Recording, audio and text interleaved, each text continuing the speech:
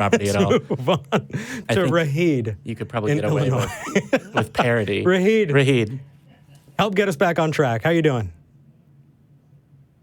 Rajeez. Hi. Hello. I think my name is Rajeez, actually.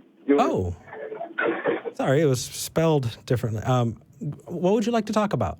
It's R-A-J-E-E-B.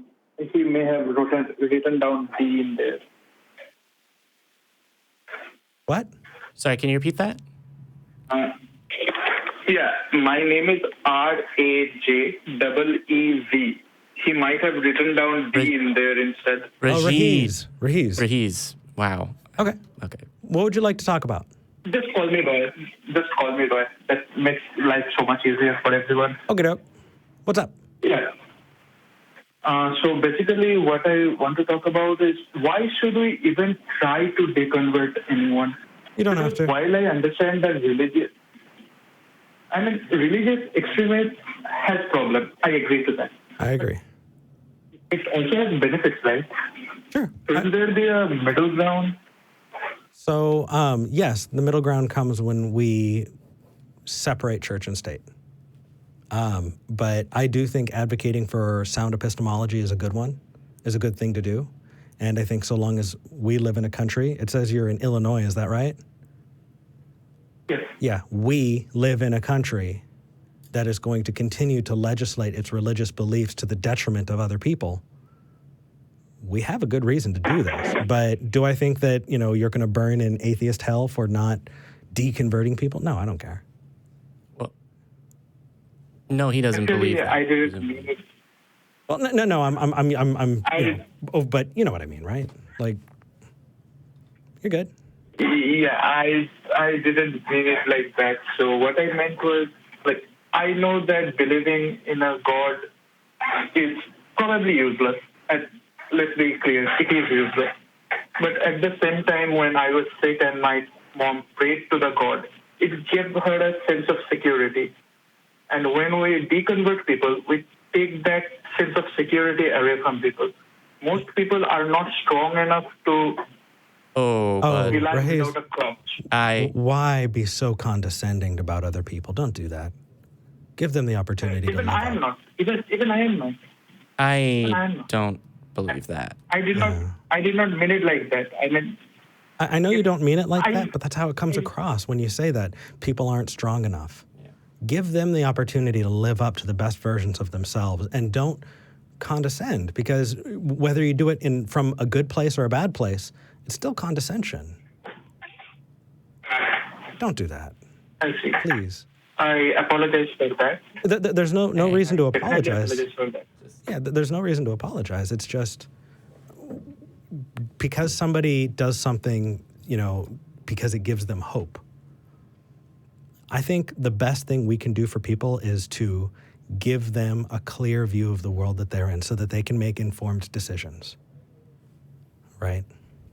There are people I know and knew, and Jamie, I know that there are people that you know who treat this life as the before and don't do things that they wish that they could. They don't live fulfilled lives because they think they're going to get another chance. They might not tell somebody that they love them because, it's just too hard now. They don't, might not reach out to seek resolution to problems because you'll see them again in the afterlife. And I've seen and been to funerals where somebody would have the gall to stand at the front and say either A,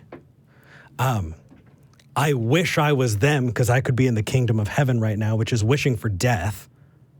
Or B, you have people who, which I've experienced in my own family, an altar call where you take the memory of somebody and hold it hostage and say you're never going to see them again, and they're so sad unless you give your life to Christ.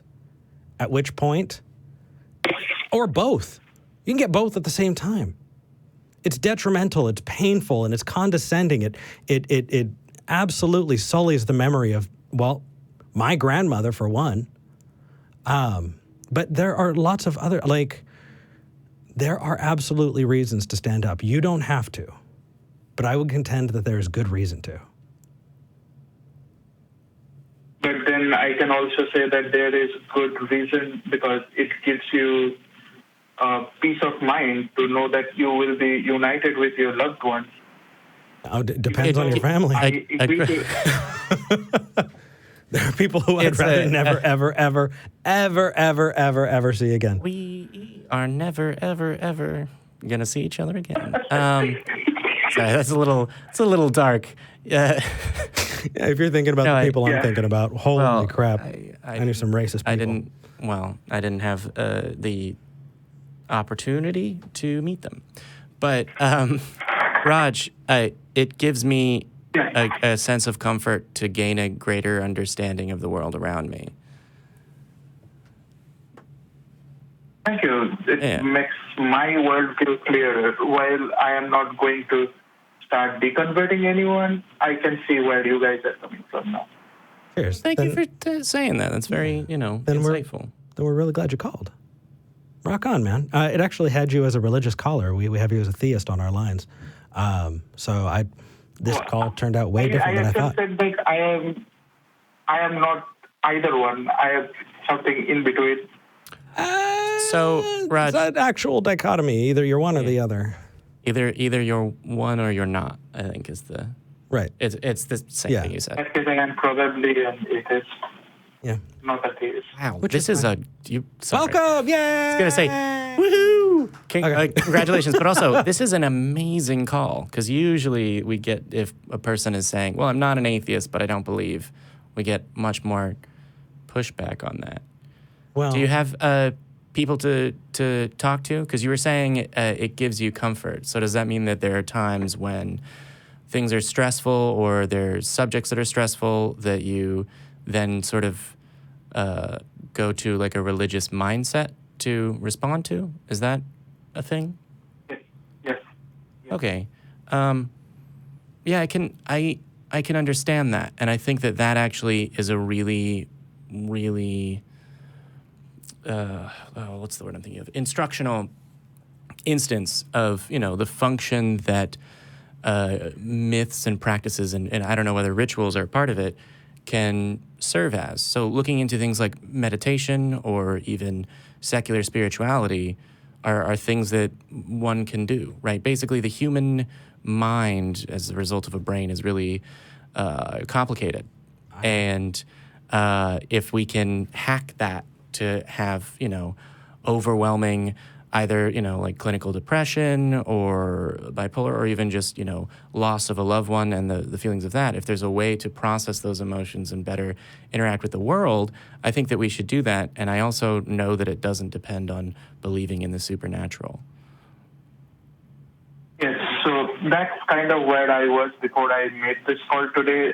Like, for the pretty much first time in my life, I prayed today because I was studying my applications to PhD schools and I was stressed out of my mind. I wasn't praying to anyone or anything in particular, but it was like a cry of help, Yeah, I meditate and talk to myself all the time. And if that helped, right? Like if it was like, oh my gosh, man, I really hope this helps, or whether it was written down, I'm glad that something helped. Also, good luck. And also that doesn't make it, that doesn't make it proof of anything supernatural. It's just something you're doing for you. And I think that's the point. But the point we're trying to get across, though. To cry out for help. Sure. And sometimes we do. The point that we're just trying to get across is that it doesn't substantiate a religious, the facticity of whether or not a God exists. It's not substantiated by that. But I don't think you believe that. I think we're going to move on to the next call, though. Go ahead, Jim. Real quick before we go. And also, one of the non-Jesus sources of comfort, I should say non-God sources of comfort is other human beings that understand what you're saying, what you're going through, and how you think. And so I hope that either in person around you or in your local area or, at very least online, at any of the ACA's, YouTube properties or Reddit, that you're able to find as much community as you want. Cheers. Alrighty. I'm definitely going to check out that Talk Heathen Reddit. I have lurked in there multiple times. I am going to join it properly. Cool. Alrighty, man. Well, take care of yourself. It was good talking to you. Yeah. Chat with you soon. Thank you very much. Thank you.